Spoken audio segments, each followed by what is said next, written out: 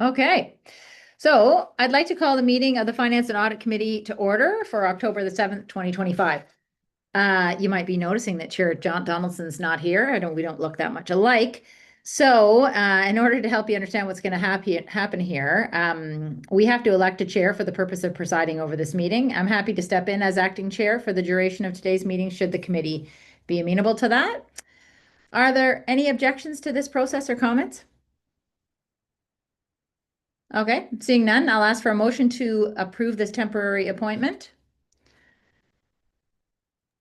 I'll move it, Chair. Thank you. All right, all in favor?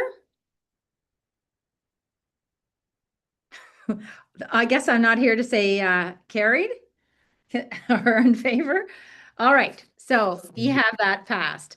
Now, I'd like to recognize that Ottawa is located on unceded territory of the Algonquin Anishinaabe Host Nation. The peoples of the Algonquin Anishinaabe Nation have lived on this territory for millennia. Their culture and presence have nurtured and continue to nurture this land. The Ottawa Police Services Board honors the peoples and land of the Algonquin Anishinaabe Nation. Today, Ottawa is home to approximately 40,000 First Nations, Inuit, and Métis people.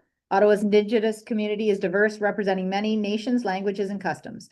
The Ottawa Police Services Board honors all First Nations, Inuit, and Métis peoples and their valuable past and present contributions to this land.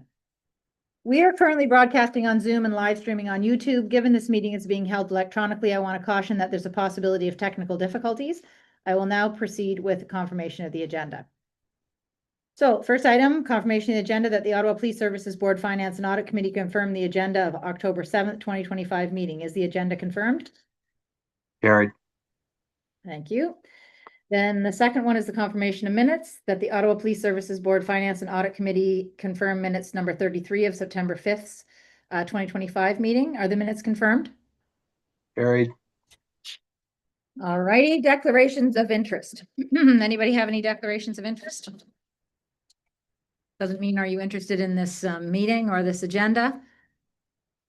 That we all know we are. And items of business. So item 4.1, 2026 budget consultation results presentation. So Chief, I'll turn this item over to you and your staff for the presentation, followed by questions and discussion after the entire presentation by the committee.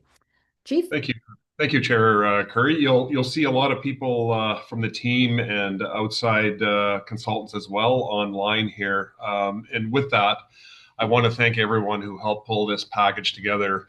It really reflects months of work across the service, from our analysts to community outreach teams. And this really is a great example, I think, of how we're grounding our priorities in real engagement and something that we've gotten tremendously better at, real solid data. And Cameron Hopgood is on the line here too, who him and his team have really elevated our game in that regard. But also, along with the data, open conversations with the people that we serve. And this presentation does answer the board's request for an update on what we've been hearing from the community and what the data is telling us. And while it's a formal report, it really speaks to really something much bigger, which is the ongoing work we're doing out in the community. We're listening to residents, we're talking with counselors, we're working with local partners to understand what matters most. And people want to feel safe in their neighborhoods. There's no doubt about that. They want us there when they need us and to show care and compassion when we do. Of course, our strategic plan with the board, the projects that are associated to that plan, district policing, traffic safety, member wellness, community partnerships, they all reflect the priorities that we're trying to achieve. What we're seeing in the data lines up with what we hear in our conversations, to be quite frank. Residents want more prevention, they want more presence, and fairness in how we deliver our service. And these values are going to shape how we're going to move forward. We also know that after years of pressure, our resources are stretched, and the data you'll see today makes that clear. But it also shows that we are making progress and that we're focused on the right things. This is a detailed presentation. I'm not sure I've ever approved, I think, a 48-slide presentation.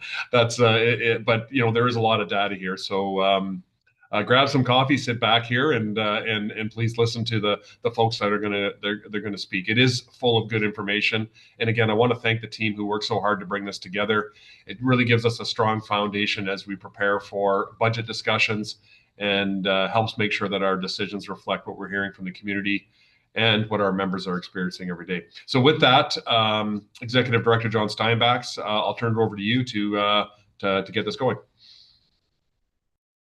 Thanks, Chief, and good morning to everyone. I'd just like to start off by saying thank you to the board and to Habib. When we were designing this package and a lot of the questions and that type of thing, we had I'd say an unprecedented level of help from the board in making sure that some of the questions and what we were seeking was what the board was looking for. This, as the chief said, this responds to our board policy and the CSPA around gathering our information to ensure our decision making and in priority setting is founded in what the public wants. We will be after this step, after we get through today's presentation, there will be a report on this and on the board's next agenda. Where we'll be reflecting some of the commentary here today, plus some of the insights gathered, so we can share that with the public. With that, I'll hand that over to Cam, who can get into the next slide. Awesome. Thanks for that, John. I want to start off by saying this consultation, as we've heard, was a team effort and involved many people from across the police service, as well as our external research partners who are on the call today. So with me today, I want to introduce Director Abid Jan with the Community Safety and Wellbeing Branch. He'll be speaking to the community outreach work. We have data analyst David Agadello with the Strategy Branch, who will be speaking to some of the operational data. We also have Vice Presidents Matthias Visser and Lori Reiser from Advanis, and Senior Vice President Nader Sheree with Environics Analytics. As John mentioned, this consultation was carried out in alignment with the Community Safety and Policing Act and, of course, board policy, which emphasizes community input and evidence-based planning. Our goal was simple: to reach as many people as possible and to listen to a broad cross-section of voices from across this city. We used an inclusive, mixed methods approach that combined focused discussions, community outreach, multiple surveys, advanced analytics, and operational data. Surveys were offered in multiple languages, ensuring accessibility across different communities. The fieldwork for the surveys took place in July and August, included both a representative sample as well as open web link surveys so that we could expand our reach. In total, more than 4,700 people participated, which is nearly double last year's engagement. We placed a particular focus on diverse communities and, of course, the different needs across Ottawa's wards. The chief and leadership team met with city councillors, as well as many community groups, school boards, and social service agencies. Now, these discussions also build on ongoing engagement throughout the year from our neighborhood resource teams, strategic partnerships and engagement, diversity, resource and relations, and the community youth unit. To strengthen our analysis, we continue to engage independent research partners. Advanis led the survey work, capturing perceptions of trust, safety, budget priorities directly from residents, and Environics Analytics provides a complementary layer using demographic, socioeconomic, and behavioral data sets to interpret community feedback at a ward level. These perspectives were all cross-referenced with operational data. Together, they provide a comprehensive picture of what residents expect from their police service. Let's now turn to what we heard from some of the emerging themes that are beginning to take shape across all the data. As the team brought together the data sets and consolidated this information, several common threads are starting to emerge. This provides a directional view of how residents see safety, policing, and community priorities. Trust in police or in the OPS appears to be stable, although it's uneven across different communities and different geographic areas. Confidence is stronger in some suburban areas, lower downtown, where social and safety pressures are more visible. Residents also emphasize the need for community presence and prevention-focused work. They want to see officers visible in their neighborhoods, engaging early, building relationships, and addressing local issues. Again, this year, we heard from residents that they feel the level of crime in our city is rising, and this perception aligns with what we've been reporting in our operational data. Concerns about response times and service capacity are also common. Residents want to know that the service has the people and resources to respond when and where they're needed. Operational priorities such as gun violence, gang prevention, de-escalation training, mental health response also consistently ranked high on engagement streams. Finally, fairness and equity continue to emerge as core expectations of our residents. Taken together, these themes start to build a directional view of community sentiment and priorities. This next slide is one that the board and community have seen before. It's important to set the context within the city that we serve, specifically around Canada being Canada's national capital region, home to over 1.1 million residents, diverse geographic boundaries around urban, suburban, and rural communities. 1 in 3 residents in our community being identified as a visible minority, reflecting the city's diversity. There's economic and social pressures, affordability, growth, aging, and mental health needs that continue to shape safety concerns and service demands. This is the context guiding how OPS plans, prioritizes, and invests its resources. On the next series of slides, we'll look at how the different inputs, such as community outreach, survey results, analytics, and operational data, help shape this understanding in more detail. I'll now invite Director Abidjan to speak to how these factors connect to our community outreach work.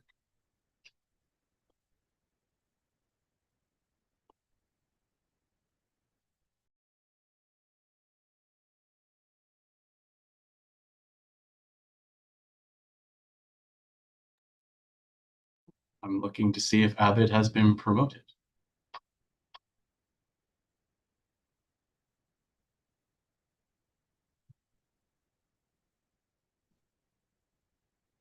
Yes, he is here. Okay. Thanks, Rinda.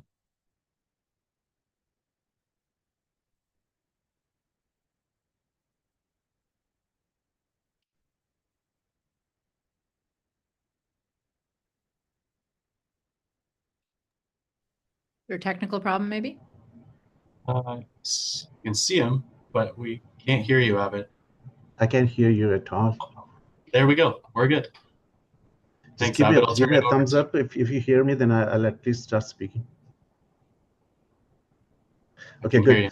All right, so I'll begin with a bit of context on the our community outreach efforts. Good morning, everyone. So I'll begin with a bit of context on our community outreach efforts. So as the chief mentioned in the beginning, OPS maintains ongoing dialogue with the councillors, our community associations, and other partners, right? Our units such as the neighborhood resource teams, our strategic partnership and engagement team, and our diversity and resource relation teams, they support our outreach efforts. And as usual, this year we conducted targeted sessions to capture views from underrepresented and marginalized groups. The feedback that we have got, it supports both our strategic planning and our daily service improvements. I'll just go to the first slide. If you could move it to the first slide, please. Yeah. Okay. So this is the feedback that we got on the community engagement and trust. So the community told us that engagement is not optional; it's essential to build trust and ensuring safety. Residents said that they want real solutions, not just studies and analysis. Right. They emphasize that police and community organizations need to work together more closely, and especially on issues related to mental health and youth. And what people want most is collaboration, where police showing up as partners in prevention, not just in response. Can I just go to the next slide? Yeah. So on the issue of hate and marginalization, community members spoke very clearly about the need to address hate and marginalization. They identified that transparency and accountability are key to building trust. To LGBTQ communities in particular, they called for safe space, rights protection, and stronger relationship with OPS.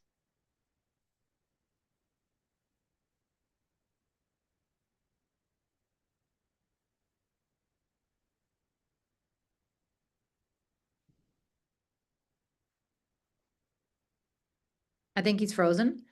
I don't know if this matters, but a lot of power, a lot of places At in Canada, community the power is out. events and So, also Abid, early engagement with marginalized youth to prevent cycle of violence and exclusion. I can just move on to the next slide. can you hear me, Abid? Next slide, please. I think there's some technical issues happening at the Can you go to the next slide? Yeah, it seems so. So let me, if you don't mind, I'll just sort of step in here. Are we, I understand some of my narrative was cut off as well too, so it's not just Abid. Cam, you were a bit choppy as well too, so we might have not a stable. Can you go to the next slide, please? Do you hear me? Yeah, and Abid clearly can't hear me right now, so this is not working. Can you hear me? Cameron, can we maybe have you do the ABID slides if you have that and move on? Because we're not. I can hear you now.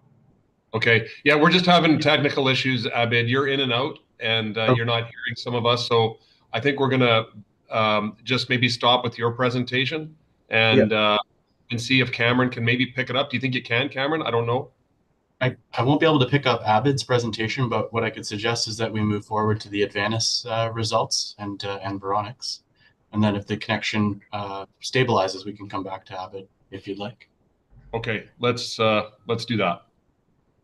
Sorry, Abid. It's okay. Yeah.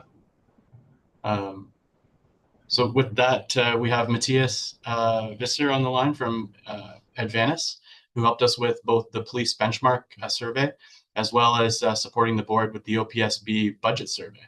So with that, I'm going to turn it over to Matthias, and I think Lori might be with him, and they'll walk through the results from these two surveys. Thanks, Cameron. Yeah, so I'll talk through some of the results from our police benchmark survey, and then Lori will share some of the results of the budget survey we conducted. So yeah, thanks for the opportunity to share some of these results. First of all, just real quick, so Advantis is a Canadian market research firm. We were founded in 1990, and over the last 30 years, we've worked nationally and internationally for both private and public sector clients. Most of the work that we do is customized to each client's needs, but in the case of our National Police Services program, we created a program to which multiple police services subscribe. We started this program in 2020 with the goal to create a cost-effective way for police services to collect feedback from citizens on an annual basis, both about perceptions with the service and public safety. We also wanted to do this in a way that allowed the police services to compare their results with services in other jurisdictions of a similar size. Now, in order to do this, we designed a program that asks the same questions at the same time, using the same sampling, data collection, and analysis methodologies. We leveraged the questions that Public Safety Canada and Halifax Regional Police Services generated and released in 2019. And then added public safety questions from our own experience working with police services and provincial justice departments. So in 2020, survey was first fielded. Nationally, we collected from 18,000 to as many as 25,000 surveys per year. It's important to emphasize that each year we conduct a statistically valid random sample. We don't advertise this survey or post it on websites.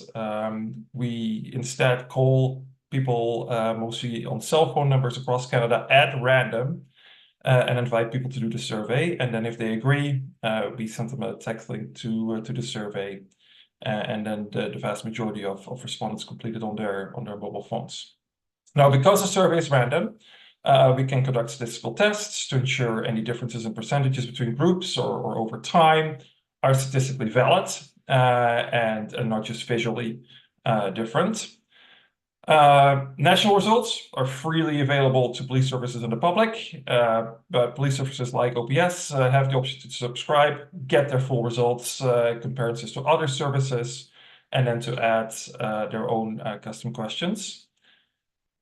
OPS is subscribed for 4 years now, so since 2022, but we provide access to all data collected since 2020.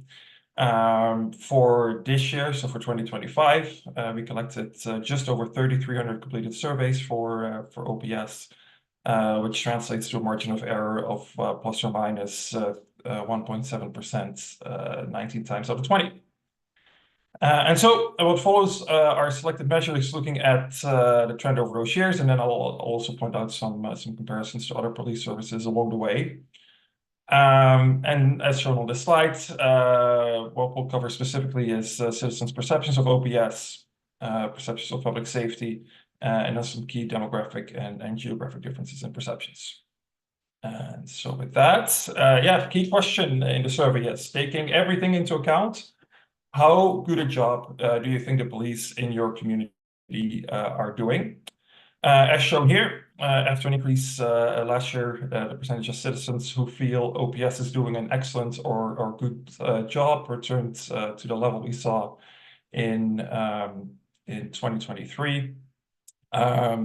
Compared to 6 other cities in Canada that are a similar size to Ottawa, residents rate their police services higher than 3 cities, including Toronto and Edmonton, and on par with the 3 remaining cities. Looking at a series of perception statements designed by Public Safety Canada, we see that residents rate OPS lower than last year on 3 out of those 7 statements. More specifically, fewer residents agree that the police treat people with respect. Police are dealing with issues that matter to the community, and that the police provide the same quality of service to all citizens. And then similar to all other large police services that we cover across the country, equity remains the biggest challenge. Similar to the overall rating, percentage of citizens who agree that OPS is resolving crimes where violence is involved returned to a level similar to what we saw in 2023. But Ottawa residents are more likely to say that their police service resolves violent crimes than those in 2 of the other 6 cities. Percentage of response time returned to 2023 levels as well. And here Ottawa residents are more likely to say that the police respond quickly than those in 3 of the 6 other large cities.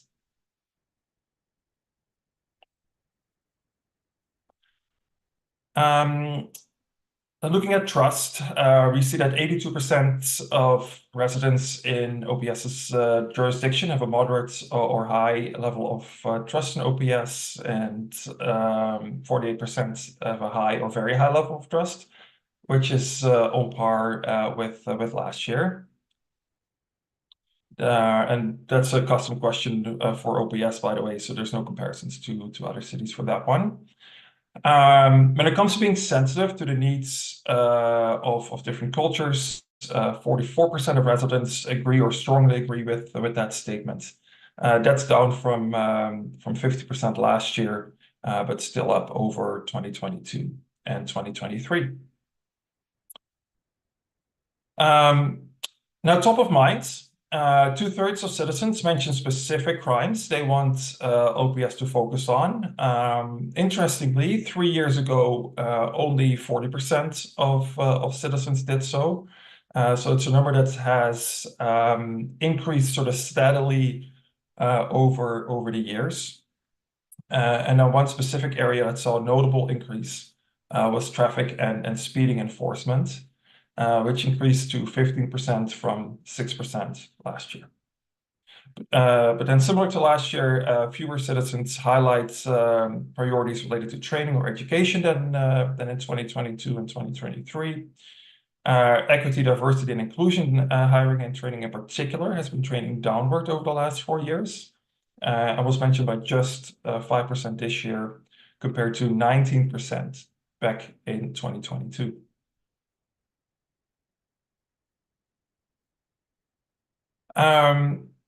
The increase in citizen perceptions of the amount of crime in OPS's jurisdiction that we saw in 2023 was sustained in 2025.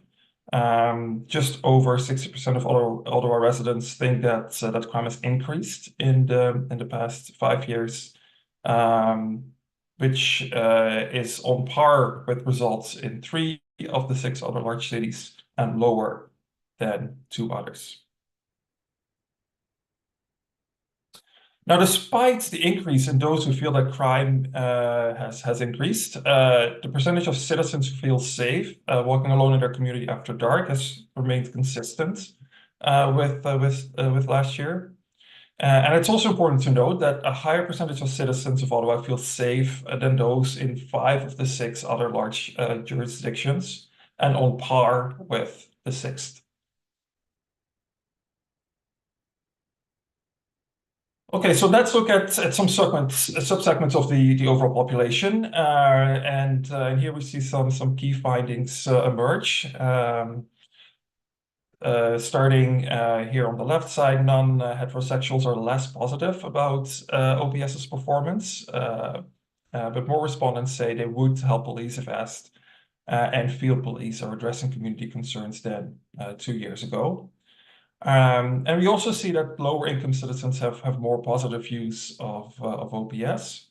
More specifically, they are more likely to trust police and to believe that OPS responds quickly and treats people fairly.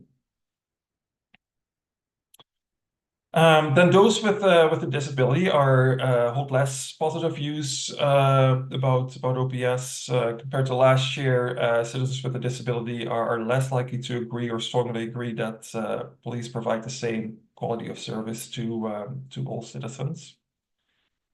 And when we look at results by ethnicity, we see that those who identify as only non-Indigenous and non-white rate OPS higher overall than citizens who are white, while citizens who are Indigenous rate OPS lower than those who are non-Indigenous on exceeding authority, resolving violent crimes, and responding quickly. Now, this year, some extra efforts was made to collect ward level data, so that allows us to look a little bit more closely at results by geography. Focusing on K1N first, on this slide here, we see that K1N residents trust OPS less, they feel less safe after dark, and they worry more about crime. And policing priorities of K1N residents are community, public safety, crime prevention, mentioned by 44%. That's on par with residents of other parts of the city. But then the drugs and opioid crisis is mentioned by 35% compared to just 15% for other residents. And then thirdly, homelessness is mentioned by 22%. Compared to just 6% for other parts of the city. Then looking at urban wards, or so urban versus suburban wards, in general terms, urban wards have less positive perceptions of OPS than suburban wards. Rideau Rockcliffe is the one exception there, though. Suburban wards that have especially positive perceptions of OPS include Orleans East Cumberland and Canada North. And when it comes to policing priorities, residents of urban wards are more likely to mention crisis-related priorities. So, for example, the drugs and opioid crisis and homelessness, while residents of suburban wards are more likely to mention traffic enforcement and speeding as policing priorities. And with that, I'm going to hand the mic over to Lauren to talk a little bit about the results of the budget survey. That's great. Thanks, Matthias. So this survey, the 2026 budget survey, consists of two polls that were completed in 2 weeks in late July and early August. The identical set of very tight 5 questions focused on budget priorities for OPS were collected through 2 different sample sources. First was a representative sample, much like Matthias described for our benchmarking survey. This was set up as a randomized survey that was you could not find this survey, and so we reached out to you, we reached out to citizens of Ottawa, asked if they were interested and willing to participate in the survey, and they went ahead and did so. And so this is a representative sample, and we have 552 respondents here which again provides us the ability to do statistical testing and a margin of error of 4.2%. There also was a publicized open public poll. So this was publicized through City of Ottawa and OPS social media website and other means, and an additional 849 people completed that survey. The benefits of the open poll is it allows us to collect additional data, and this data was used for demographic analysis. So when we look at some of the demographic differences in the budget survey, we are leaning on the results of the open poll to give us enough data to make those comparisons. However, when we look at aggregate, what we are talking about is the representative survey that is statistically valid for the City of Ottawa. So let's look at a few questions that we answered. The first question is we asked folks to provide to us their top community priorities. This started out as a randomized list of about 15 items. So through a couple of questions, we narrowed them down, and citizens let us know what their top 5 priorities for the 2026 OPS budget were. We can see that there is a dichotomy. Residents want police to stop violent crime, but they also want to see de-escalation, alternate use of force, and help for vulnerable citizens. And that is fairly consistent right across the board. We did ask then what crimes should be a priority to improve community safety. And we see a strong focus, first of all, on violence against women and intimate partner violence, drug use, abuse, and overdose, sexual assault and other offenses, repeat offenders, human trafficking and child exploitation, and gun violence constitute the top 5. So we did want to take a look to see, does this differ by a variety of different demographics? First of all, taking a look at age 18 to 34 versus our older citizens 55 and older.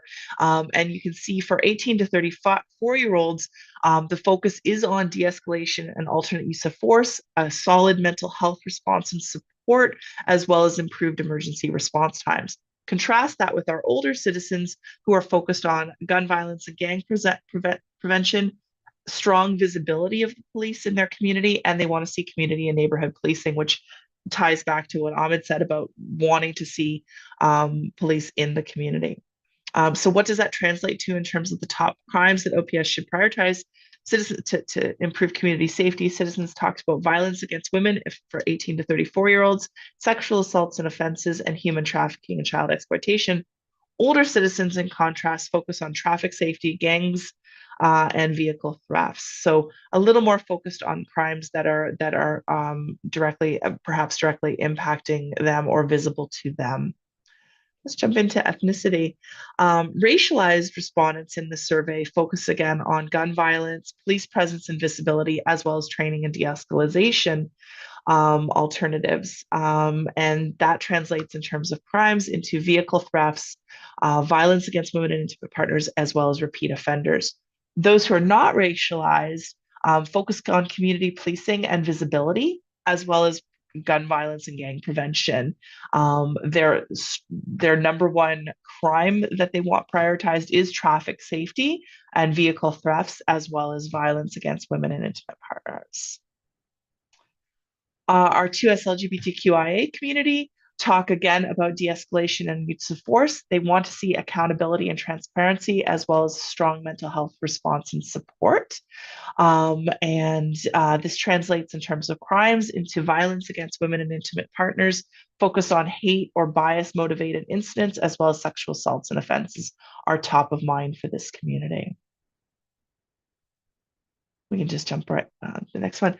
So looking at wards, as we've done in some of the other results, we do see similar results in the top 5, just in a different order of prioritization. So our urban residents focus on gun violence and gang prevention as the number 1 priority, followed by community and neighborhood policing and de-escalation.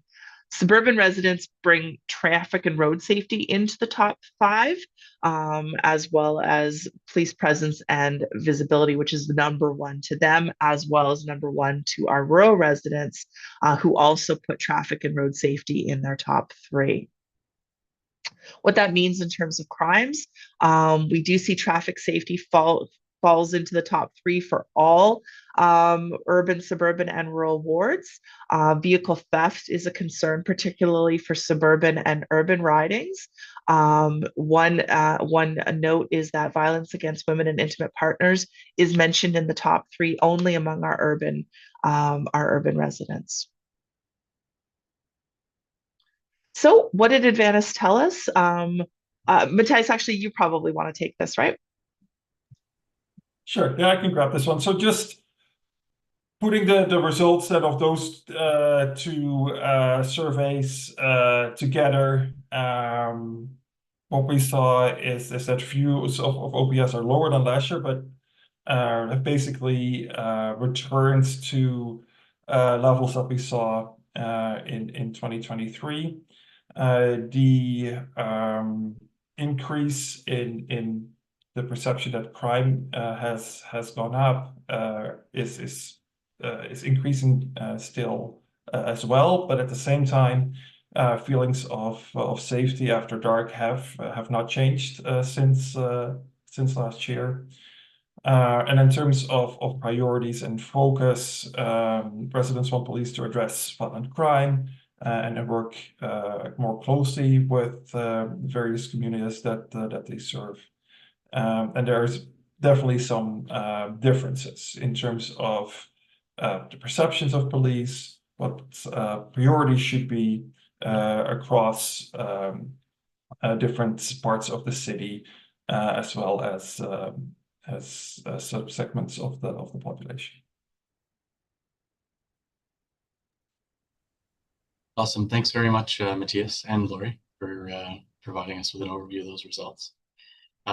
Moving right along, I'm going to introduce Environics Analytics, Nader Shrey, who's a Senior Vice President, and he's here today to provide us an overview of the work that they've done with the police service and the board to support a deeper understanding of trust and confidence at a ward level. We've worked with Environics now, as well as the city, for a number of years. I'm sure Nader will expand on it, but Environics really specializes in data modeling, segmentation, and using multiple data sources, not just survey data, administrative data, census data, third-party data, to provide deeper understanding of community sentiment and what's driving behavior at a local level. So last year, we introduced some analysis also looking at confidence in policing relative to other institutions. And this year, we've expanded that to provide a year-over-year analysis, which Nader will speak to here in a minute. With that, I'll turn it over to Nader, and thank you for your time. Thank you, Cameron. Good morning, everyone. Okay, so to provide a bit of context, a bit of additional context over what Cameron mentioned. So Environics Analytics plays a very complementary role to the work that folks like Advantis do, in that we collect data from a number of different sources, and our specialty is in modeling and estimating the attributes, the characteristics, and the behaviors of Canadians at a very local level. And so by taking the third-party data from a number of different sources, applying modeling and estimating techniques, what we're able to do is determine the propensities and the likelihoods of behaviors to exist at a very local area level, in most cases at the 6-digit postal code level. So we're talking about one side of the street in a suburban setting, an apartment complex, and so on. This is all based on sort of geographic or principles of geography, things like birds of a feather flock together. And the first rule of geography being that all things are related, but things that are closer together are more related than things that are further apart from each other, things like that. So in this context, let's take you through our findings based on our analytics-based analysis of the wards across Ottawa. The questions that were addressed: what are the perceptions of safety? What are the insecurities that are most acute by ward? What are the ward population's attitudes towards police and their trust in police? And this is made up of what we developed as a sort of a customized composite score that's made up of a number of different variables from our data ecosystem that we brought together, weighted, and assigned to each ward in an aggregate on an aggregate basis. What are the demographic and socioeconomic characteristics, and to what extent does each ward population feel safe and secure in their respective communities? And this is all in the context of achieving the objective of getting an update of this ward-based analysis that we first did in 2024. So, as I said, we have 35,000, 40,000 different variables about Canadians. And what we did was collect the most pertinent variables across a number of different data sets and data products that we have to look at the demographic characteristics, the psychographic characteristics. These are those social values and those underlying motivators that drive decisions in people, and issues around perception and trust and safety in an aggregate way across each of Ottawa's 24 wards. Now, what we ended up, how we did that was to synthesize all of this data, bring it all together, and present the findings in as concise and distilled a format as possible, given the extent and the complexity of the number of variables that are available. So we started off with a whole bunch of different data points and different variables, and we distilled everything down to a point where we could present trust, confidence, perception, and a ward snapshot demographically on one page for each of the 24 wards. We go to the next slide. Now, what we did see was, so key insights here. Confidence in police overall across the city of Ottawa. We're seeing high confidence in most wards. And a lot of this stuff you're going to hear from us actually aligns quite nicely with the Advantage folks and their insights here. Residents in Ottawa lean towards showing high confidence in police wards, as 20 of the 24 wards showcase high confidence. We're seeing the highest rates of confidence and trust in suburban wards like Canada North, like Orleans, West Innes, and Canada South. And we are seeing a little bit less. We're seeing drops in trust and confidence in more rural, as well as some of the central urban wards. We're talking about Rideau Jock, we're talking about Somerset, we're talking about Carlton March, West Carlton March, Rideau Vanier, and so on. Urbanity plays a more significant role of trust and confidence based on our observations and our insights than things like income. Okay, income income is an interesting variable, but does not play a key variable role here. Racialized residents, can we go back to that other slide first? Racialized residents, racialized wards with a higher rate of racialized populations tend to show greater amounts of trust in police. While wards with lower rates of racialized populations tend to show a little bit lower trust. Now, this might seem a little bit counterintuitive, but it actually is not. And you can find out why and some of the deeper insights that we have. We can go on. As I said, income alone is not a key indicator. High confidence in police is correlated nicely with high confidence in other public sector institutions. And this makes sense in an Ottawa setting. And also plays an interesting, it acts as an interesting opportunity for the OPS to leverage this trust in institutions in general among the high trust and high confidence populations to maintain that, to leverage that, and to establish cross promotional and cross communication strategies between different institutions to maintain that level of trust among the high trust wards. With respect to the urbanity issue, when it comes to the more urban wards, you have a higher rate of diversity in income, in lifestyle type, in race and ethnicity and culture and so on. And that requires a little bit more of a nuanced approach to those more urban and highly dense wards. So, how do we use these insights? The conclusions that we came to really focused on these areas that we're seeing here, and again, they align quite nicely with what you saw from the Advantage folks. Focus on community engagement in the lower confidence wards, and this means dealing with people on a human level, not on an institutional level, right? Partnering up with local leaders, listening to the folks in those wards, engaging with them in an interpersonal kind of way.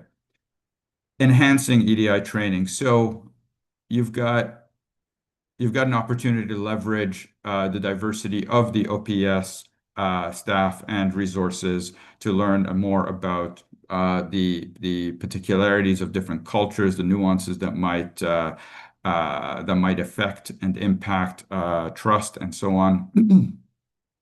And so, updating training modules to reflect more current trends, to reflect the more diverse populations, which are becoming increasingly diverse, as we know, through immigration and internal migration and so on.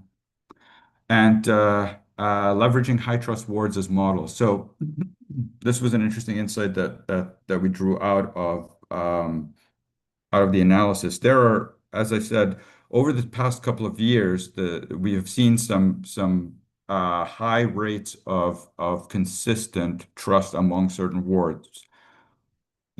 Part of that has to do with the population, and part of that has to do with the policing services of those wards. And it would be very interesting to tease out what the policing services are in those high trust wards, to look at how they can be modeled to increase trust and confidence among other wards with similar demographic and other characteristics. And I mentioned this before, I think I jumped the gun a little bit, but strengthening cross-institutional collaboration, expanding partnerships with other public institutions, especially on issues related to homelessness, addiction, youth violence, to coordinate messaging and action-based campaigns that can lead to reinforcing trust and increasing trust among especially the urban wards. And so at this point, I guess I'll turn it over to our strategy branch data analyst, David Agudelo, to present the operational data context. Thank you, Nader. These next slides provide some data points on demand for policing services and crime trends over the past 10 years, as well as key internal metrics like sick leave, absenteeism, and overtime from the last 5 years.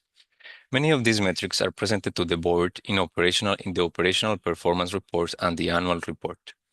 They can also be found on the Community Safety Data Portal. The first slide highlights demand for police response. This shows that calls from members of the public requiring an on-scene police presence have grown over the past 10 years.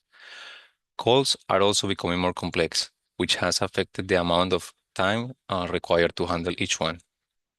On the right-hand side of the slide, we see results for response times. This is the time between when the communication center receives a call and when the first officer arrives on scene. Outside of priority 1 or events involving a known imminent danger to life, we have seen a decline in response times to lower priority calls. Priorities 3 and 4 account for more than 3/4 of all service requests. These calls have also seen a sharp increase in response times. The response times for priority 3 calls have tripled over the past 10 years to about 56 minutes. After a downturn during the pandemic, crime and calls level have exceeded historical levels. On the next slide, we have included selected crime indicators. You can see that the volume of crime is up 63% in the past 10 years to over 50,000 offenses. This upward trend is also consistent with the crime rate when we control for population. The number of violent crimes like homicides, assaults, threats, sexual violations, and shootings are all above historical levels. In fact, this year we continue to see a rising volume of the violent crime, which has grown by another 4% year to date. Looking at property-related offenses over the past 10 years, auto theft, shoplifting have risen significantly, while mischief has decreased. However, it is worth noting that year-to-date overall property crime has declined by 2%. These statistical results are consistent with the feedback we have heard through multiple surveys, focus groups, and outreach. With the increasing volume and complexity, the percentage of files cleared have continued to fall. In 2024, the clearance rate was 26%. This slide provides a 5-year look at the key internal benchmarks related to member wellness and resource management. As you can see, both sick leave and overtime hours have been on upward trend since 2020, contributing to an overall increase in the absenteeism rate. Much of this pressure, especially overtime, increased after the convoy protest. OPS management has identified a connection between the rise in overtime and the increase in sick leave, as sustained high workloads and burnout directly impact OPS members' well-being. Looking ahead, OPS has set an overtime target of 16.2 million, reflecting its commitment to reduce overtime and support a healthier workforce. This next slide benchmarks common indicators in policing to help position the results in a broader context. This information comes from the Statistics Canada Uniform Crime Reporting Survey and Police Administrative Survey. Ottawa's results were benchmarked against the 12 largest municipalities in Ontario by population.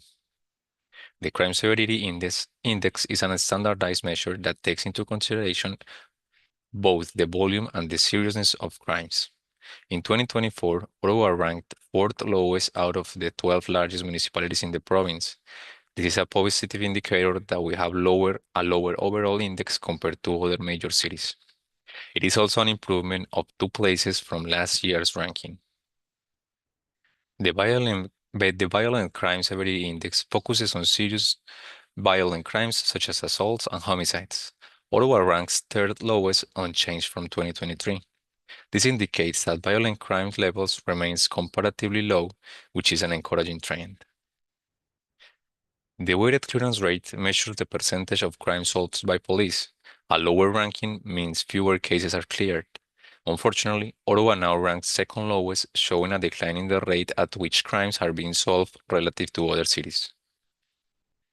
The officers per population ratio shows the number of police officers per resident. While 2024 data is not yet available, 2022 results place Ottawa 5th lowest, meaning the city has a fewer officers per capita than many other municipalities.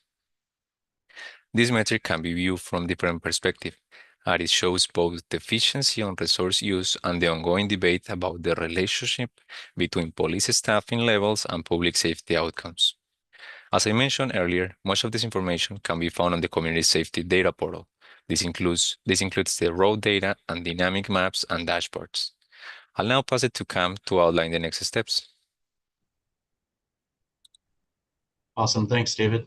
So these studies give us a lot of information into what matters to residents. And as we've seen, that feedback isn't the same across all communities or even parts of the city. And that's important context for planning and decision-making. It also aligns with how the police service is revitalizing its operating model through the district program. This package provides direction for budget priorities and supports the board's ongoing monitoring of key performance indicators. It also helps the service tailor its operational strategies and supports the evaluation of key initiatives like CORE. All of this information, as David mentioned, will be published to the Community Safety Data Portal, giving residents and partners the ability to explore the results, analyze trends, and continue to help supporting community-based problem-solving efforts. I want to thank everybody that contributed to the presentation, all of our presenters today. And with that, I'll turn it back to the chair and the chief for any questions and discussion. Thank you very much. Now, do we want to try to, let me go to the chief. Is the chief on this call here? I am right here. Thanks to everyone for that. I know that was a bit long, but obviously it's a lot of information. So I really appreciate everybody taking the time to present that, and also to the board for consuming it. Yeah, so that is kind of where we're at right now. I know there's, I think the best thing, Chair, is to maybe just sit back and see if there's any questions, comments from the board, and we can go from there.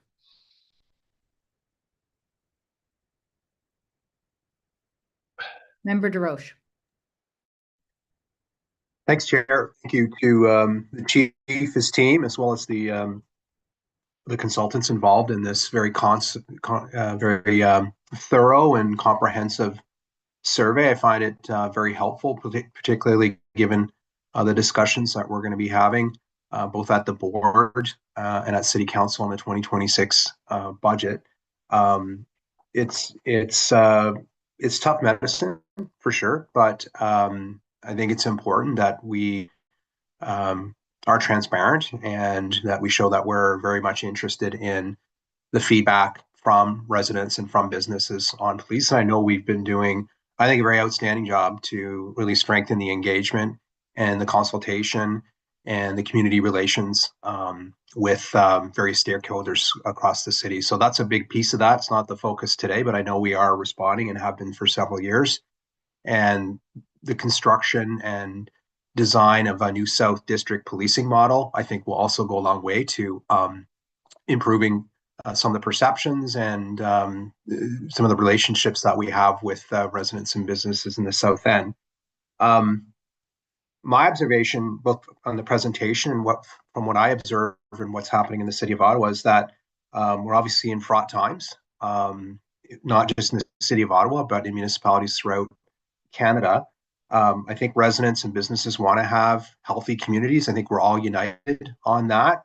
But many people are impacted by crime in their community, or they're impacted by situations that are potentially outside the control of the police. So I'll give you some example. So if you're in the downtown core, and we've had a lot of protests, and that is their constitutional rights, but if your business is impacted by that, if you're sitting in traffic and you're impacted by these protests, it does start to, I think, raise concerns with a lot of people.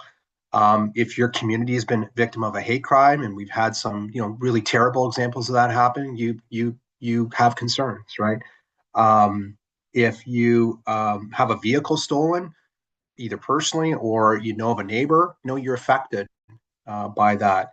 If you were attending a school, and at one point we had police in the school, and now we don't have police in the school, you're affected by that. So I could go on and on, where I think a lot of people are affected by kind of what's going on in our society at the present time, and they look to the police to respond. Do you feel, I don't know who I'll ask this to, Chair, but do you feel that in doing this study that, or do you view this as that the police are a lightning rod potentially for all of what's going on in society right now, because of, again, the serious challenges that we have? I don't know who can answer that, Chair, but that's my impression from what I see. Obviously, we have to kind of take what we hear today, but I think the police are becoming a bit of a lightning rod for a lot of very complicated things that are happening right across the city. Chief? Yeah, thank you, Chair. And thank you for the question, Member DeRoche. I think it's an extremely interesting question and relevant question, and not easy to answer. But there is no doubt that, people in a community, and I'll just use in a downtown core situation, with a vulnerable population, the increase of that population, the increase of social disorder, if somebody is, and we've seen this in delegations at our board meetings, if somebody is impacted when they walk out their door and there's different things happening around their neighborhood, people open drug use, being accosted, needles, etc., and they don't feel safe. Safe equals police. Police help me with that situation. Understandably, not disputing that opinion, but to make that person feel safe, how do we, as an individual entity, the police, make that person feel safe? And that, of course, if it's just us, that there's one thing that we can do: have a presence there, arrest that person for. We would have multiple probably possibilities of why, be it trespassing, be it passed out on a street, whatever it might be. We probably would have options. Illegal illicit drug possession. Is that the answer to do that, for example, times 300 every day? Because it's spread out around the community. And that isn't the option for us, because that's not what a lot of the community wants. Some of the community wants that, but we don't have the resources to be able to sustain that type of activity anyway. But it comes on us, and it's not something that we can manage by ourselves, and no one is asking us to, in terms of the social agencies. But there is no doubt an approach here in Ottawa over a number of years, 10, 15 years of this, having a social agencies, and be it shelters, be it and safe injection sites, be it feeding areas, etc., across the city. And they're obviously that industry, and those people have come because we have a lot of services here. So, having an overall strategy for that needs to occur within the city, and it can't just lie on the police. But often we are, people come to us and say, I don't feel safe, fix it, police, or fix it, chief, or fix it, officer that is there. And it's very complex and it's very difficult. There was an interesting article today, actually, in the Ottawa Citizen. It was an op-ed, actually a very good article, about the concentration of services in the downtown Byward Market area. Councillor Stephanie Plante was sort of the lead on it. They quoted me actually later in the article about something I said. I didn't get interviewed for that particular op-ed, but it was something I said at some point. It was accurate. I'm not saying it isn't, but it just speaks to that overall condition that's there, and we often get focused as the problem for that. So there's other things that it is our responsibility. For example, auto theft. Traffic. Actually, traffic is a good example right now with the issues with the automated speed camera. I mean, we have different layers. City Hall has calming measures, with the signs and the bumps in the road, etc., that you folks have in your individual wards. We have the speed cameras, the red light cameras. We have our own enforcement. We have education. So we're part of a number of layers on the traffic enforcement, but we have a role to play there too. When it comes to world events, there's a lot that converge on the capital city, and of course we think about the Middle East, the war that's going on there. Hopefully that this ceasefire is fantastic. Hopefully that holds. But it's not just that; it's other issues that end up and converging in Ottawa that we end up managing, and people are interrupted, be it traffic or noise or whatever the protest is occurring. Obviously, the convoy is the extreme example. So we're in there. We are a lightning rod for a lot. Member DeRoche, for sure. That's the nature of our business. Unfairly at times, 100%, and rightfully so in other areas. We could talk about this for an hour, so maybe I'll stop there. I think it's well put, Chief. I agree with you. I agree with the residents who want safer communities. The one thing I didn't hear in this presentation was that police aren't part of the solution. Police aren't part of addressing it, right? I think we've heard consistently throughout the city that their priorities, they want police to focus on these particular problems. I think it lays out very well the business case, if you will, for this year's budget, that there are concerns about public safety. The police have a role. You can't do everything, as you pointed out, but there's some focus areas that need to be addressed. And again, I didn't hear that the police shouldn't be at the table. The police shouldn't have resources in the mix to address it. So again, I'm thankful for this presentation, and I hope my colleagues get an opportunity to read it prior to the budget deliberations. We certainly have some work to do as an OPS to drill into some of these areas and address them and continue, I think, the good work that you're doing to, improve relations with various communities within the city, both in the core of the city, the suburban areas, and the rural areas. So thank you for that. That's all for me, Chair. All right. Other members have any questions? I have some, but I don't want to go ahead of anyone. All right. Chair Fakarani. Thank you very much, Chair, and thank you very much for the presentation. I'm just going to go to the slide that says police statistics and benchmarks. And I want to just look at the response time slowing. And when I saw the priority 3 and 4, that raised a lot of concerns. And so, especially going from like a 17-minute to 56 minutes for a priority 3 call. So I guess I'm going to direct the question more to or comment for the chief and his team. The staff stabilization plan is there and that's part of the budget. So that's part of the thing that we want to ensure. Can you speak to how the staff stabilization plan will help bring down these numbers? Thank you, Chair.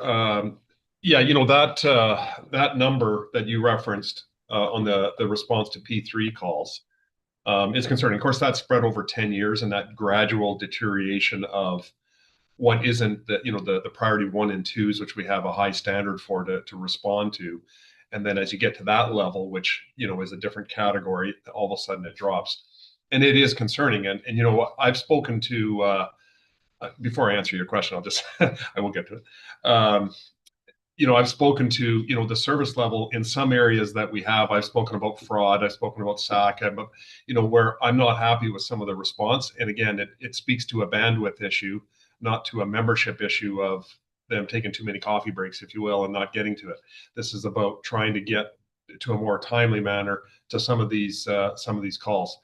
And this number, in this particular service delivery number, that 59 minutes that you referenced, that has to get better. And Deputy Burnett and I actually were meeting yesterday morning with our frontline leaders on many issues, but that was one of them in terms of making sure we're getting to some of these calls quicker. And are we effectively deploying our members in the most efficient way so we can address those things? So that's just sort of one side of it. In terms of the staff stabilization question that you had, Chair, it is certainly, and I am going to go to you, Deputy Burnett, just if you have anything to add on this, given that this is your team. But there is no doubt that staff stabilization and making sure that we have more people on the ground to actually go to calls, that makes sense. That math makes sense. More people available, more can go. And our staff stabilization plan is stabilizing various parts of our organization in Deputy Ferguson's area in terms of CID, in terms of making sure we have a traffic team that can respond more to the traffic complaints, but also to ensure that the frontline folks have the numbers that they need to respond to calls. And of course, we saw the Auditor General at City Hall's report a couple of months ago that spoke to this 42-person minimum that has been around for 25 plus years that needs to be assessed and needs to be changed. And we are actively, and the board knows this in terms of an RFP that we have on the go, securing a company that is going to detail data-wise exactly what number we need to be getting to ensure that we have the proper resources on the road to make those responses to the service level that we want to see. So that the staff stabilization plan will assist in that, but this second wave or this second effort of looking at that Auditor General's report and determining what that number should be, 42, what does it need to go to? And I can tell you, I know it's in the 50s. I don't know exactly what that's going to be, but it's going to raise to that level. So then we're properly have that coverage will be key. Deputy Burnett, I want to stop there. Do you want to add anything to what I just said? Yeah, no, that's all great points, Chief. I will say that technology is going to play a part here. I know John and his team are building a dashboard which will help our leaders, our senior leaders on front line to really key into how our officers are managing their calls and seeing their times and the numbers that are responding to particular incidents, and then reallocating. If, for example, we have a traffic accident that only requires one person and we have 4 officers there, well, we would expect that sort of information to be pushed out to them, to reallocate them, to sort of build on our response time and better manage the calls on the road. So we will be relying on technology to help us navigate through that. I think, you know, the numbers speak to themselves in terms of more officers gives us that ability to extend our bandwidth around managing these calls. And then the district itself around really getting our officers to own their area and show that customer service, building that out and being able to manage a smaller area. Thank you. Yeah, thank you, Deputy. And that technology piece is very key. So thanks for bringing that up. And, you know, as it relates to the district model and us going to that more community policing, that more tailored approach, that model does have more officers doing proactive work. And that proactive work is so key because it will drive down, if we're led by the data, we're led by the evidence, and we target those areas, calls will go down. And in particular, those P3 calls will go down. The thefts, that et cetera, that really make a bulk of that, the B&Es, et cetera, and then there'll be less calls for hopefully the front line to respond to if we're effectively deploying those proactive folks as well too. Paul, did you just put your hand up? Yeah, the only other thing that I would add, and maybe John can speak to this around that response time, that time may need to be reevaluated in itself. We know that the 1 and 2s are what they are, but the 3, 4s, and 5s, I'm not sure if those need to be recalibrated. Okay, Chair Fakrani, you have other questions? I'll hold off now and I'll maybe come back. Okay. I don't see any other hands up. I was going to ask, so we had the technology problem there for Bede and his presentation. I'm wondering if, though he does have sound, if I had some questions specifically to go to Abid. Okay, let's try to go to Habib. And just in terms of my answer and Paul's answer in the last 5 minutes, have you heard everything? Has it been cutting out at all? We have heard it. I've heard it. So Abid, if you want to try again, Abid just had his video on, but it might be that sound would be without video. Yeah, I can hear you now. Yes. Okay. All right, Habib, sorry about that. We have to get you out of the basement, I think. I don't know what's going on there, but go ahead. Okay. So Abid,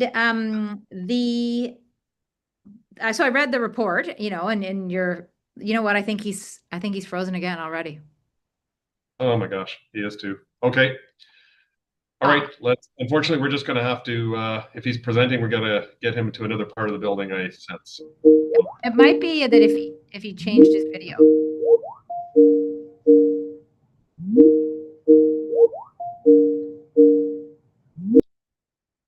At least he's smiling when he's frozen. That's a good thing. But okay, I think we're going to have to move on. Okay, so I'll go with my questions then, just generally. I think you can probably answer. So the whole idea behind the community policing model is that police would proactively go out to neighborhoods, and you know, we've had presentations in various wards where police have come to speak. Would that also be an opportunity that you could consider being a consultation opportunity? I don't know if Abid now is back on, but yes, 100%. And sorry, Abid, you froze right away again. So I think it's just not going to work. If you want to come upstairs, perhaps that might work, but I think we just can't. I think it's okay. We'll just leave it at that. Okay. Yes, absolutely, Chair Curry. it is something that it is an opportunity, and I've been to a few of those, and when I hear from the community, I absorb all that and transform that into what I'm hearing from the community to adjust what we're doing or not doing. Okay, that's great to hear. Because what I think Abid's presentation, I hope I'm saying his name right, was about how many other opportunities there were to get information from communities, right? These were targeted sessions. It wasn't just survey data. So I just wanted to highlight that is what I think as a board, as an organization want to see, that there are many different ways to get information, not just on a survey. I think a certain type of person fills out a survey. And sometimes there are people who purposefully go fill out a survey, right? And want to actually impact the survey results. So, in teaching, we would call that triangulation, that you get many different sources of information to help you be sure that you're getting all the information you can. So I was glad to hear that. I want to see more of that. I was also thinking that, we talked a lot about at another meeting about the Peel's success with the police liaison team. I think we've had great success with the police liaison team. I'm wondering if that group as well is another group that can give us information and feedback for when we are, just looking at our overall results, if they are also another form of consultation. Yeah, thank you, Chair. And I think the police liaison team, which largely deals with demos and organizers and whatnot, and then our community policing officers, I think maybe are the ones that really can give that information. They're sort of our main people on the ground that deal with a lot of our partners each and every single day. So between those two, certainly there's a lot of qualitative data there that we can harvest. Okay, and then next question on the same topic, the neighborhood watch team. So when police came out to various wards, they talked a lot about how these neighborhood watch groups can form, and that you even get a sign saying your neighborhood is neighborhood watch. I'm wondering if there's any way that if we now have a coordinated connection to neighborhood watch teams, if communities can give input through that mechanism as well. Yeah, thank you, Chair. This would be good for Abid as well, but I won't go to him. But his team has the Neighborhood Watch program. But like my interaction with some of the folks that are running the sort of the neighborhood captains and whatnot, I've met a lot of them. They're very passionate, very engaged, and want to help. And I think they are a key conduit to understanding what's going on. As we try to tailor our responses to individual neighborhoods, there's nothing more singular that we can get it down to than a neighborhood watch captain, because it's usually a street or two that they're are responsible for. So that we can't get any smaller than that, really. Yeah, I would just recommend, like, the more of these opportunities, the better, is my main point. Obviously, it's surveys are great, but there's so many other ways. And if we could have good ways of capturing that, I think that would be helpful. So those are my general comments and questions. I am sorry that the technology didn't work here, because that was a great part of this presentation that I was really interested in. The other thing I was going to say is there was a comment made in one of the presentations about when they went to the communities, they wanted real solutions, not just like studies and that type of thing. And so I was wondering, were there any specific examples that the communities, when people say things like that, well, we want real action, real solutions, do they actually give you an example of what they want to see? Yeah. I'm just trying to think, there's no doubt that, like a lot of it, I can tell you, centers around us being there. They say, we have this problem, we need more police. That's, I would say 90% of the time, that's what I personally hear. And I think our team does as well too. When we, there's speeding, there's loud cars, there's stunt driving, speeding through school zones, be there to do that enforcement. The vulnerable population, we have a lot of social disorder. We need you here, to deal with that. So I would say that most of the time, and a lot of the general public doesn't understand sort of the menu of different programs that we may be able to tap into or that we have. So they don't request, I think, a lot of them specifically. I'm just trying to think off the cuff of a couple times where they have. Certainly, I've heard like the school resource program, the officers that we used to have. Now we have the community youth team. We've heard from schools that they want certain programs and whatnot in the schools as we re-engage there as well too. Paul probably has something that he's been able to reflect on, Deputy Burnett. Yeah. So the other side to that is we don't want to see the police there that often, right? Like that is the other side to this that we have to also absorb when we meet with the community and have these engagements if they're giving us that information.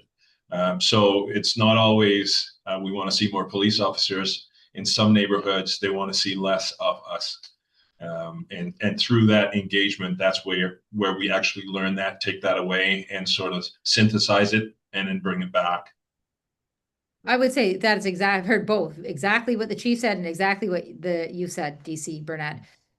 Same thing. I hear a lot from people, especially people I know who live downtown, will say, why don't we have more of the officers on bikes going up and down the street? They often talk about that. We love that program. That was much better when officers just walk. What about the officer that just walks up and down the street, like the two of them, just various streets? We want to see more and more of that. And then you hear from people in community housing neighborhoods that are saying, we love our community safety officers, you know, and those who we like to work with them because they really know us, like they live here too. So I was wondering if there was specific examples, but I think we all know them as well. It's just helpful sometimes to talk about those specific suggestions. Did you have anything else you wanted to say, Deputy Burnett, with your hand still up?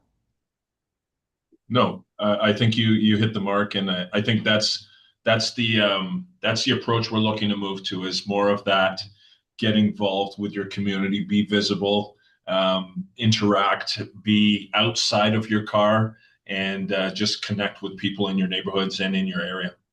Okay, great. I will say that the whole part on equity, I'm wondering, I didn't really listen that carefully for how long these surveys took, because point in time in history for when the surveys went out, I definitely had times as in my role as a city councilor where the community was saying to me, you know, police and the mayor and everyone else are not being fair to this particular group. And then another event would happen, and then a different group would say, well, I think that other group got so much attention and we didn't get enough attention. And so it was perspective of what was going on just in the moment of time in history. And then, of course, depending on when the survey was sent out and, you know, questions were asked, that could influence those results. I'm always wary of the influences, you know, the confounding variables on any survey.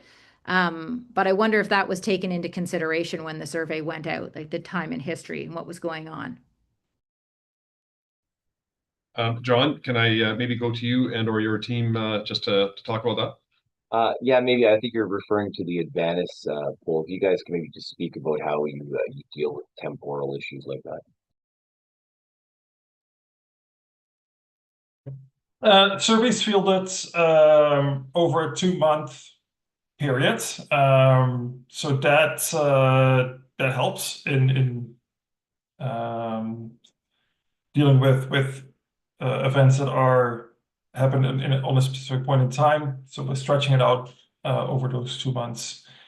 That helps to mitigate it. But yeah, otherwise, obviously, there are likely things that happen in the city over those 2 months that can have an impact on results. We make sure to field the survey at the same time every year for all police services, so that especially if there are things that are happening nationwide, that the police services across the country, that the effects of it are the same for everyone. So yeah, there's a few things that we do to mitigate it, but obviously there's no way to mitigate it completely. Okay, good to know. Just something to keep in mind. The other comment I was going to make is, you know, the challenge we have in society where people have a false belief that correlation equals causation.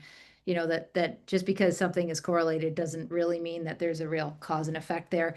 That's always a problem with any surveys, obviously. And so it has been said to me, you know, when you add more police, there's lots of data that say that then crime goes up. And so when you think about that, well, if you add more police, so there are more police around and witnessing crimes taking place, then the crime statistics could go up. If you have no police and it's complete bedlam, but there's nobody ever being arrested or charged, you would have very low crime stats. So you could say, well, it'd be better to have no police because then you have no crime. You see what I'm getting at? these kind of false arguments. So how does our data account for that? Yeah, thank you, Chair. When you look at data and you say some things can get spun different ways by different people, us, everybody. It's kind of the way it goes. One thing that I've talked about a lot is how reactive we are. And we are trying to find that space for not just the proactive teams, traffic, neighborhood resource teams, but frontline and others to be more proactive. And you'll notice in the data that our citizen initiated calls have dropped by 4%, but our officer initiated calls have risen by 12%. So we're giving them a bit of a space where they're not going from call to call. What can they do? They can do some targeted, some proactive work, which we really want to see. So that there's that part of it. But there's no doubt we can say if we triple our drug unit, and they can do 3 more projects, and they can seize way more drugs, way more crime-related firearms, you'll say, oh, the community's getting more dangerous. There's more drugs in Ottawa. Could you conclude that? Or could you conclude that because we're focusing and we have dedicated more resources that the drug charges are going up? Same thing with potentially hate crime. If we have a larger team, people trust us, they report more, hate crimes go up because they know we have the team to actually bring these people accountable. So there is some different nuances like that. And then, of course, at the end of the day, it could actually be getting worse, where there is more gang activity, there is more hate crime that's occurring in a community as well, too. It could be one or the other or a combination of both, usually both. John? Yeah, just to build on that, I think, when we were working with Habib and the board to design this package, we've got a number of layers here from, the chief talking to people, the officers talking to people, the scientific studies. But I think there's a consistency if the board can take away with that there are obviously those anomalies around something that was happening in the news, or those, I want police here, I don't want police there. But there is a consistency, I think, with the stats and the information we're gathering about the priorities around traffic, guns and gangs, equity, change, the idea that people want, there is, when people are asking for more police, and this is what a bid was trying to get to before the technical issues took them out, was that people want community organizations to be working with police in cooperation or collaboration. So that police are showing up as partners in issues and not just as a response. And so there are some key themes that we're seeing throughout all of this. And if you take those issues around partnership and trust and deployment, and you look at the strategic plan plus the KPIs the board has put forward, I think they align very well around district, around, you passed a partner, the KPIs directly on the value and the quality of partnerships. So I think we're aligned well. We are building out these data sets well, and it aligns well, but it also shows there's a lot of work to do. So hopefully that answers some of your questions there. Yeah, no, it is. Believe me, I just always, and I do think there are correlations, and hence that, we've got many different sources here, to your point. So I'm not trying to discount any of it. I'm just sort of saying there is also other ways to look at data. What is it actually telling us, right? And the chief, I think, had a very good example. If we had many more drug arrests, would that mean that there's much more drug activity in our city, or we're just getting better at finding it, So always good to ask those questions. My very last comment or question really is that I don't know that we have a clear understanding of why the rural stats were there. When I look at West Carleton and Canada North, like, they are very close to one another. I know they're very different wards for sure, but that's a significant difference when there's hardly even a dividing line at all. So it would be interesting. I think the rural councillors would like to get more information as to why that number is so low. So I just was wondering if there may be an opportunity, or, will you speak to, rural councillors, or will we talk about that at another time? John? Yeah, thanks for that. There are some anomalies that we picked up on as well, and we're going to explore those further. So if you've got some ideas, we can all talk offline on how to do that. But yes, for sure, we want to look into that more. Okay. I don't see any other questions. Anybody else have anything they want to say? No? Sorry, Chair Curry, if I could just pick up on that last question, because it was in my mind too, and just exploring further, like, so it's Rideau Jock, Rideau Vanier, sorry, take away Rideau Vanier because that's downtown, but West Carleton, they are low. And are there, on the face of it, is there an explanation for that confidence in police being so low? Or and then it sort of begs for that next question too that I think I was going to get to, and I believe Nadir or Nadir said that there's the last bullet on that key insights. It's counterintuitive, and so if there's an explanation to that, that's like, that would be helpful too, to have more information on that. And is there some correlation as we say there?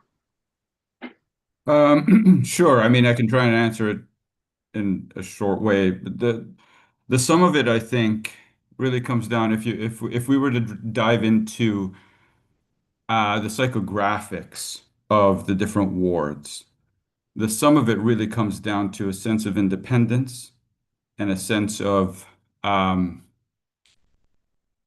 need, I think, with respect to policing. Now, I don't want to overstep, and I don't want to say anything necessarily out of turn, because we're talking about very specific and very particular types of lifestyle-based nuances and worldviews that might have an impact on the way that people perceive safety and security, and how they determine what safety and security is for them. Those who tend to live in more ex-urban or less urban spaces, more rural spaces, tend to view independence and autonomy a lot with a greater sense of priority, right? And so that might play a role in how they perceive the role of police and policing services in their lives. People who live in more rural spaces, generally, demographically, without wanting to generalize for the entire population, because as we know, all generalizations are dangerous, right? More rural spaces, more rural geographies tend to have more homogeneous communities, less diversity, less ethnic diversity, less cultural diversity, less income diversity, and so on, okay? And so what you would see is a more unified kind of sense of that autonomy, that sense of security. These are not folks that are necessarily impacted directly by issues like gang violence, and issues that impact more urban and more diverse population groups. So I think if we were to dig deeper into the psychographic attributes of the population of West Carleton, for example, or was it Carleton? Yes, it was, right? Then I think we would see that sense of autonomy, the relationship to obedience to authority, and